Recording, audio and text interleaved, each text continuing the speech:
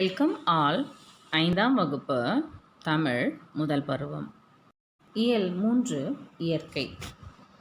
பாடல், உரைநடை, கதை, இலக்கணம் அப்படிங்கிற 4 பகுதிகளில் இன்றைக்கி நாம் பார்க்க போகிறது உரைநடை பகுதி. படம் இங்கே, பழமொழி எங்கே. இயல் 3 உரைநடை. படம் இங்கே, பழமொழி எங்கே. பழையனூர் மாந்தோப்பில் கிளி ஒன்று இருந்தது. அதன் பெயர் செல்லம்மா. அந்த ஊரில் அதை அவ்வாறு தான் பெயர் சொல்லி அழைப்பார்கள். மாங்காய் காய்க்கும் பருவத்தில் தோப்பிற்கு வரும் சிறுவர்களிடம் ஒரு படத்தை மரப்பொந்திலிருந்து எடுத்து காட்டும். அந்த படம் உணர்த்தும் பழமொழியை சிறுவர்கள் கூறிவிட்டால் அவர்களுக்கு ஒரு மாங்காய் பறித்து போடும். அதனால் அதை பழமொழி கிளி என்றும் ஆசையாக அழைப்பார்கள். இங்கே காட்டப்பட்டிருக்கக்கூடிய இந்த ஊரினுடைய பெயர் பழையனூர்.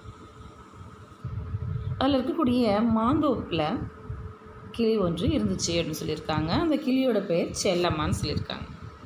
இங்கே இருக்கு இல்லையா மரபு இதில் பழமொழி அடங்கிய படங்கள் இருக்கும்.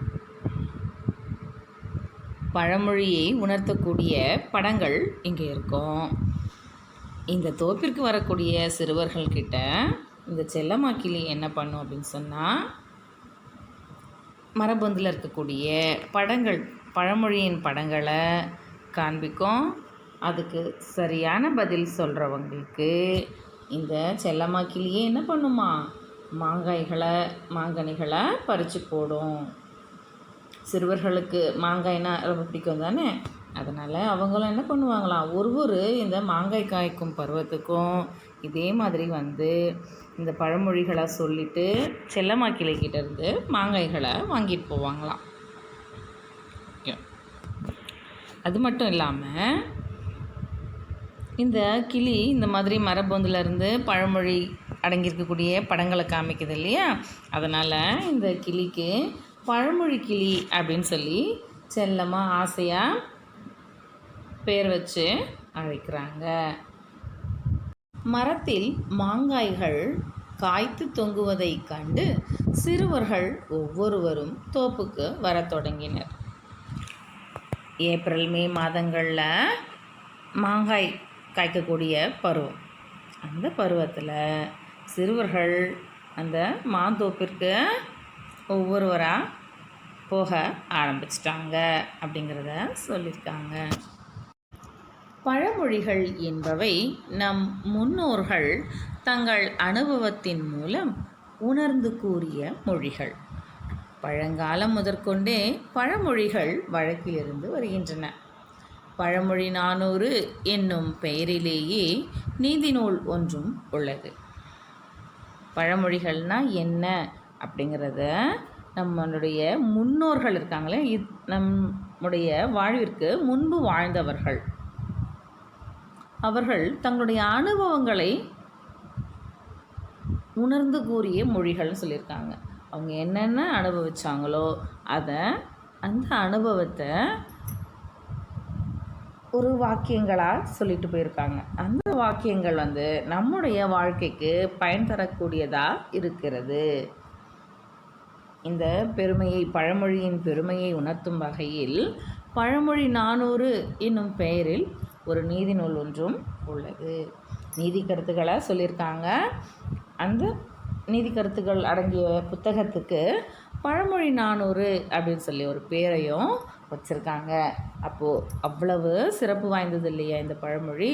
அதை பற்றி நாம் இப்போ பார்க்கலாம். பழையனூர் மாந்தோப்புக்கு சிறுவர்கள் வர தொடங்கினாங்கன்னு சொன்னாங்க இல்லையா, இப்போ யார் முதல்ல வந்திருக்காங்க, என்ன பண்ணுறாங்க அப்படின்னு சொல்லி நாம் பார்க்கலாம். செல்லம்மா, நான் பிரபு வந்திருக்கிறேன் அப்படின்னு சொல்லிட்டு பிரபுங்கிற பையன் செல்லம்மா கிளிக்கிட்ட சொல்கிறான். ஓ பிரபுவா, நன்றாக இருக்கிறாயா? நமக்கு தெரிஞ்சவங்க யாருன்னா வந்தாங்கன்னா, ஓ நீங்கள் தானா அப்படின்னு சொல்லிட்டு சொல்லுவோம் இல்லையா, அந்த மாதிரி அந்த செல்லம்மா கிளியும் பிரபுக்கிட்ட கேட்குது. பிரபு என்ன பதில் சொல்கிறாருன்னு பார்ப்போமா. நான் நன்றாக இருக்கிறேன். உன்னை பார்த்துவிட்டு மாங்காய் பறித்து செல்லலாம் என வந்தேன். உன்னை பார்த்துட்டு அப்படி நீ பழமொழி காமிப்ப, அதை நான் சொல்லிவிட்டு அதுக்கான பரிசாக மாங்காயை பெற்று போகலாம் அப்படின்னு சொல்லிட்டு வந்திருக்கேன் அப்படின்னு சொல்லிட்டு யார் சொல்கிறது? பிரபு சொல்கிறார். மிக்க மகிழ்ச்சி. நான் காட்டும் படத்திற்குரிய பழமொழியை கூறினால் நானே உனக்கு மாங்காய் பறித்து தருகிறேன் என்று கூறியவாறு கிளி ஒரு படத்தை எடுத்து காட்டியது. ஆமாம், மிக்க மகிழ்ச்சி. இவன் பிரபு சொன்னான் இல்லையா, மாங்காய் பறிச்சுட்டு போகலாம் அப்படின்னு சொல்லி வந்திருக்கேன் அப்படின்னு சொல்லிட்டு, சரி சந்தோஷம் அப்படின்னு சொல்லிட்டு நான் காமிக்கக்கூடிய பழமொழி படத்தை பார்த்துட்டு அதுக்கு விடை சொல்லிட்டேன்னா நான் உனக்கு தரேன், மாங்காய் பறித்து தரேன் அப்படின்னு சொல்லிட்டு செல்லம்மா கிளி சொல்லிட்டு ஒரு படத்தையும் எடுத்து காட்டுது. இந்த படம் உணர்த்தும் பழமொழி என்ன? இந்த படத்தை பாருங்கள். பார்த்துட்டிங்களா? யானை இருக்குது, மணி இருக்குது. அந்த மணி எழுப்பக்கூடிய ஓசைக்காக இந்த இடத்துல கோடுகள் காமிச்சிருக்காங்களா? இந்த படத்தை வச்சு உங்களுக்கு என்ன பழமொழி தோணுது அப்படின்னு சொல்லிட்டு சொல்லுங்கள் பார்ப்போம்.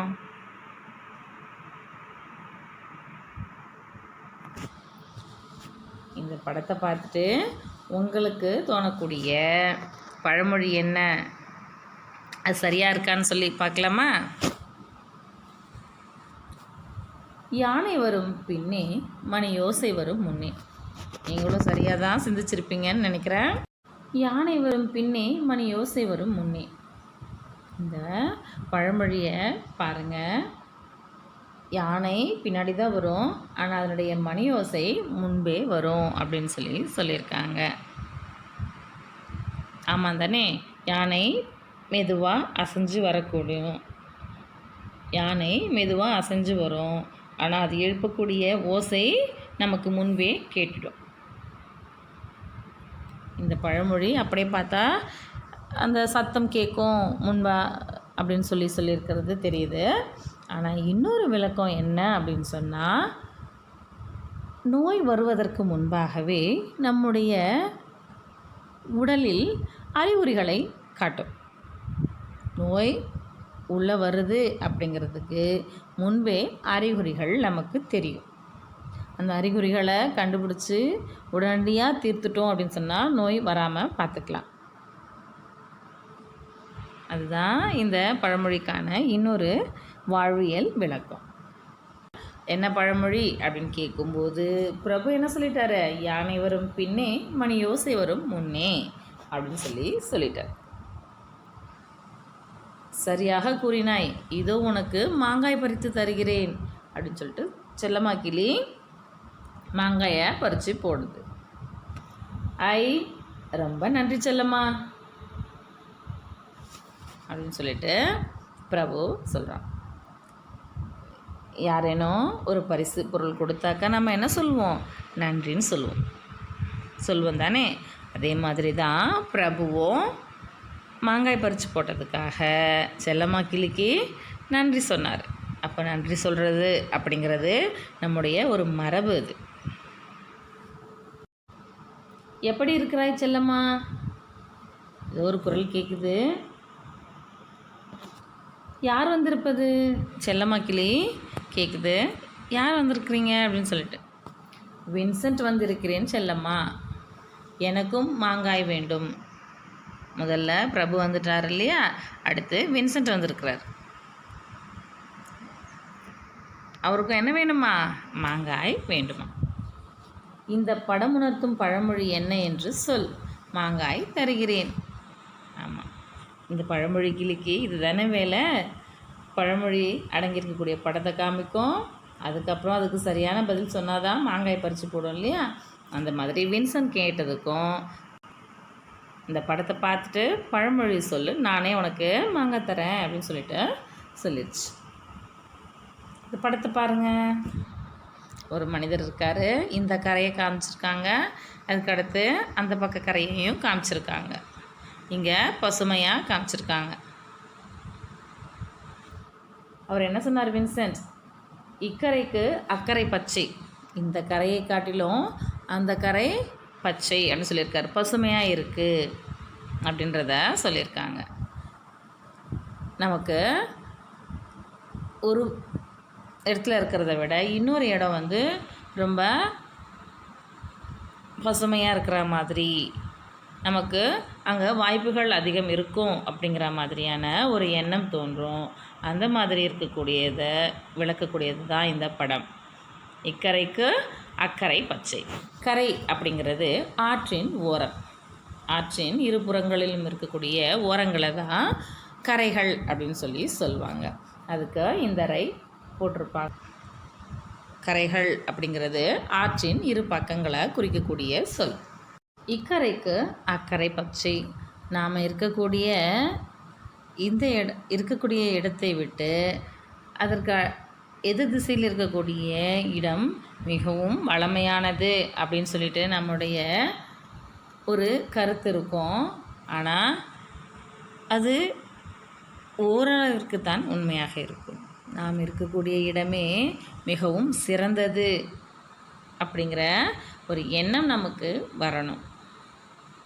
இருப்பதை வைத்து சிறப்பாக வாழணும் அப்படிங்கிறத சொல்லியிருக்காங்க இல்லையா பெரியவங்க, அந்த மாதிரி. ஆனால் எப்பயுமே தோற்றம் எப்படி இருக்கும், இருக்கக்கூடிய இடத்துலேருந்து அடுத்த இடத்த பார்க்கும்போது அது மிகவும் வளமானதாக, பசுமையானதாக, அதுக்கு தான் பச்சைன்னு சொல்லியிருக்காங்க இல்லையா, இது பசுமையானதாக இருக்கும் அப்படிங்கிற ஒரு நினைவு நமக்கு இருந்துக்கிட்டே தான் இருக்குது. நாம் இருக்கக்கூடிய இடத்துல என்ன வளங்கள் இருக்கோ அதை நாம் சாதகமாக பயன்படுத்தி நம்முடைய வாழ்க்கையை மென்மேலும் சிறப்பாக அமைக்க பாடுபடணும். இதற்கான பழமொழியை சரியாக சொல்லிட்டாரு. நன்று, சீக்கிரமாக விடை கண்டுபிடித்து விட்டாயே, இதோ உனக்கு மாங்காய். இந்த படத்தை காமிச்ச கொஞ்ச நேரத்துலேயே வின்சென்ட் பதில் சொல்லிட்டார். அதனால் செல்லம்மாக்கிளி என்ன பண்ணுச்சு, மாங்காயை பறித்து போட்டுருச்சு. எனக்கு மாங்காய் கிடைத்து விட்டது, நன்றி செல்லம்மா. அவங்க போட்டாங்க இல்லையா செல்லம்மாக்கிளி, அதை வின்சென்ட் எடுத்துக்கிட்டாரு. அவர் என்ன சொன்னார், நன்றின்னு சொல்லிட்டு போனார். நன்றி செல்லம்மா அப்படின்னு சொல்லிட்டு போயிருக்கார். கனிமொழி, ஏன் அமைதியாக நிற்கிறாய், உனக்கு மாங்காய் வேண்டாமா? இங்கே பசங்க வந்திருக்காங்க இல்லையா, அதில் கனிமொழிங்கிறவங்க அமைதியாக நின்றுட்டுருக்காங்க. அதை பார்த்துட்டு கிளி கேட்குது, ஏன் அமைதியாக இருக்கீங்க, உங்களுக்கு மாங்காய் வேண்டாமா அப்படின்னு சொல்லிட்டு கேட்குது. அதுக்கு கனிமொழி என்ன சொல்கிறாங்க, வேண்டும் செல்லம்மா, வேணும் தான் அப்படிங்கிறதுக்காக அவங்க பதில் சொல்கிறாங்க. படத்தை பார்ப்போம், அதுக்கப்புறமா அது என்னன்னு சொல்லி பார்ப்போம். இதை பார்த்த உடனேயே கனிமொழிக்கு என்ன தோணுது அப்படிங்கிறத அவங்க சொல்கிறாங்க. சூறை காற்று வீசுது அப்படின்னு சொல்லி கனிமொழி சொல்கிறாங்க. அதுக்கு செல்லமக்கிளி என்ன சொல்லுது, கனிமொழி இன்னும் கொஞ்சம் யோசி, சூறை காற்று வீசுது அப்படிங்கிறது பொருத்தமாக இல்லை, அதனால் இன்னும் கொஞ்சம் சிந்திச்சு பாரேன் அப்படின்னு சொல்லிட்டு செல்லம்மாக்கிளி சொல்லுது. ஆடிக்காற்றில் அம்மியும் பறக்கும். உடனே கனிமொழிக்கு ஞாபகம் வந்துருச்சு. ஞாபகம் வரும்போது அப்படி சொல்லுவோம்ல, அந்த மாதிரி ஆடிக்காற்றில் அம்மியும் பறக்கும் அப்படின்னு சொல்லிட்டு சரியான பதிலை சொல்லிட்டாங்க.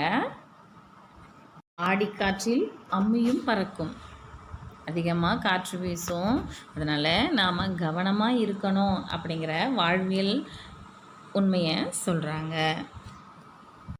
சில இடங்களில் காற்று பலமான காற்று வீசும்போது மரங்களே சாய்ந்து இருக்கக்கூடிய ஒரு சூழ்நிலையும் நாம் பார்த்துருக்கோம்.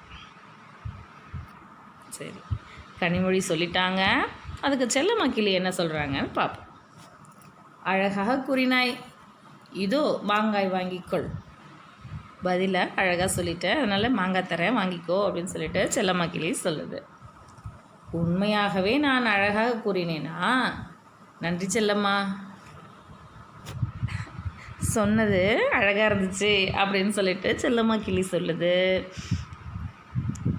அதை சொல்லிட்டு உடனே என்ன சொல்கிறாங்க கனிமொழி, நிஜமாகவே நான் அழகாக கூறிட்டேனா அப்படின்னு சொல்லிட்டு மாங்காய் கொடுத்ததுக்கு நன்றி சொல்கிறாங்க. என் நண்பன் முகமது வந்திருக்கிறான் செல்லம்மா. கனிமொழி வாங்கிட்டாங்க இல்லையா, அவங்களுடைய நண்பன் முகமது வந்திருக்கிறான் அப்படின்னு சொல்லிட்டு செல்லம்மா கிளிக்கிட்ட சொல்கிறாங்க. அப்படியா, இதில் உள்ள பழமொழி என்ன என்று கூறச்சொல், மாங்காய் தருகிறேன். ஆமாவா அப்படின்னு சொல்லிட்டு பழமொழியை சொல்லு, மாங்காய் தரேன் அப்படின்னு சொல்லிட்டு செல்லம்மா கிளி சொல்லு. இந்த படத்தை பாருங்கள். இது விழுதுகள் இருக்குது இல்லையா, அது வந்து ஆலமரம். அடுத்தது இங்கே ஒரு குச்சிகள் காமிச்சிருக்காங்க. அடுத்து சிரிப்பது போன்ற ஒரு சிறுவனுடைய படத்தையும் காமிச்சிருக்காங்க. அதுக்கடுத்து நாலடியார் புத்தகம் காமிச்சிருக்காங்க, திருக்குறள் புத்தகம் காமிச்சிருக்காங்க. அடுத்து அதை உச்சரிப்பது போல், பேசுவது போல் ஒரு சிறுமியினுடைய முகம் கொடுக்கப்பட்டிருக்குது.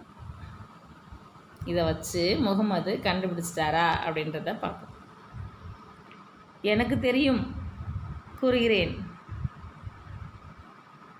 ஆளும் வேலும் பல்லுக்குருதி, நாலும் இரண்டும் சொல்லுக்குருதி.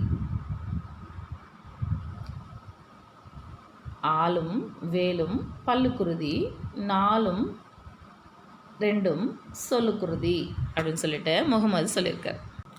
ஆலங்குச்சியும் வேலங்குச்சியும் வச்சு பல் துலக்கிற பழக்கம் பழங்காலத்தில் இருந்துச்சு.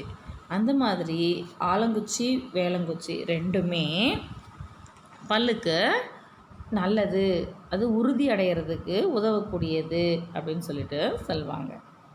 அதுபோல் நாலும் ரெண்டும், 4 வரிகள் இருக்கக்கூடிய நாலடியாரும் 2 வரிகள் இருக்கக்கூடிய திருக்குறளும் நம்முடைய சொல்லுக்கு வலிமை சேர்க்கக்கூடியதாக இருக்கும். அந்த பதிலை யார் சொன்னாங்க? முகமது சொல்லிட்டாங்க. இவங்க சொன்ன பதிலை கேட்டு செல்லம்மா கிளி மாம்பழமே பறித்து தர அப்படின்னு சொல்லிட்டு மாம்பழம் தேடி பறித்து தருது. நன்றி செல்லம்மா அப்படின்னு சொல்லி முகமது சொல்லிட்டார். செல்லம்மா, எனக்கு ஒருத்தவங்களுக்கு தந்துட்டாங்க இல்லையா, அடுத்தது எனக்கு இல்லையா அப்படிங்கிற மாதிரி ஒருத்தர் கேட்குறாங்க. அது யாருன்னு சொல்லி பார்க்கலாம். தேனிசையா, இதில் என்ன பழமொழி இருக்குது சொல்லே, உடனே பறித்து தருகிறேன் அப்படின்னு சொல்லிட்டு தேனிசைக்கு பதில் சொல்லுது. என்ன பழமொழி இருக்குதுன்னு நான் இந்த படத்தை பார்த்து சொல்லு, உனக்கு உடனே தந்துடுறேன் அப்படின்னு சொல்லிட்டு செல்லம்மா கிளி சொல்லுது. படத்தை பாருங்கள். காற்று வீசக்கூடியதற்கான இந்த சிறு சிறு கோடுகள் காமிச்சிருக்காங்க. அடுத்து இங்கே நெற்குவியல் காமிச்சிருக்காங்க. இந்த படத்தில் இருந்து என்ன தெரியுது அப்படிங்கிறத தேனிசை எப்படின்னா சொல்லியிருக்காங்கன்னு பார்ப்போம். காற்றுள்ள போதே தூற்றிக்கொள். ஆமாவா? இந்த படத்தை பாருங்கள். காற்று இருக்கும்பொழுது நம்ம இந்த மாதிரி பொருளை சுத்தம் செய்கிறதுக்கு செஞ்சோன்னா சீக்கிரத்தில் நம்மளுடைய வேலை முடிஞ்சிடும். காற்று அடிக்கும்பொழுது நம்ம இந்த மாதிரி செஞ்சோன்னா நெல்மணிகள் கிட்டத்துலேயே விழும். தூசு மற்றும் விளையாத நெல்மணிகள் இருக்கும் இல்லையா, அதுக்கு பேர் வந்து பதர் அப்படின்னு சொல்லி சொல்லுவாங்க. அதெல்லாம் தூரமாக போய் விழும். அதுக்காக தான் இந்த காற்று இருக்கும்பொழுது நாம் இதை செஞ்சோம் அப்படின்னு சொன்னால் நம்மளுடைய வேலை சுலபமாக முடியும். காற்றுள்ள போதே தூற்றிக்கொள். காற்று இருக்கும் பொழுது இந்த மாதிரியான வேலைகள் செஞ்சுக்கிறது மிகவும் எளிமையாக முடியும் அப்படிங்கிறத சொல்கிறாங்க. இன்னொரு விஷயம் என்ன அப்படின்னு சொன்னால், வாய்ப்புகள் கிடைக்கும் பொழுதே அதை நாம் சரியானபடி பயன்படுத்தி கொண்டு நம்முடைய வாழ்வியலை மேம்படுத்தி கொள்ளணும் அப்படிங்கிற விஷயத்தையும் சொல்கிறாங்க. கண்ணி வைக்கும் நேரத்தில் கூறிவிட்டாயே, இதோ மாங்காய் வாங்கிக்கொள் அப்படின்னு சொல்லி தேனிசைக்கு செல்லம்மா கிளி பதில் சொல்லுது. மாங்காய் சாப்பிட மிகவும் பிடிக்கும், எனக்கும் மகிழ்ச்சியாக இருக்கிறது செல்லம்மா, நன்றி. எனக்கு மாங்காய் ரொம்ப பிடிக்கும், அது இல்லாமல் நான் இந்த பதிலும் சொல்லிட்டேன் அப்படிங்கும்போது எனக்கு மகிழ்ச்சியாக இருக்குது அப்படின்னு சொல்லிட்டு நன்றியும் சொல்லிட்டு போகிறாங்க தேனிசை. பழமொழிக்கு எனக்கு மாங்காய் இல்லையா அப்படின்னு சொல்லிட்டு ஒரு குரல் கேட்குது. யார் என் செல்லப்பெயரை சொல்லி கூப்பிடுவது? கதிரவனா, இதன் பழமொழியை கூறு, தருகிறேன். யாரோ செல்ல பேர் சொல்கிறாங்களே, பழமொழி கிளிங்கிறது செல்லம்மாவோட செல்ல பேர் தானே.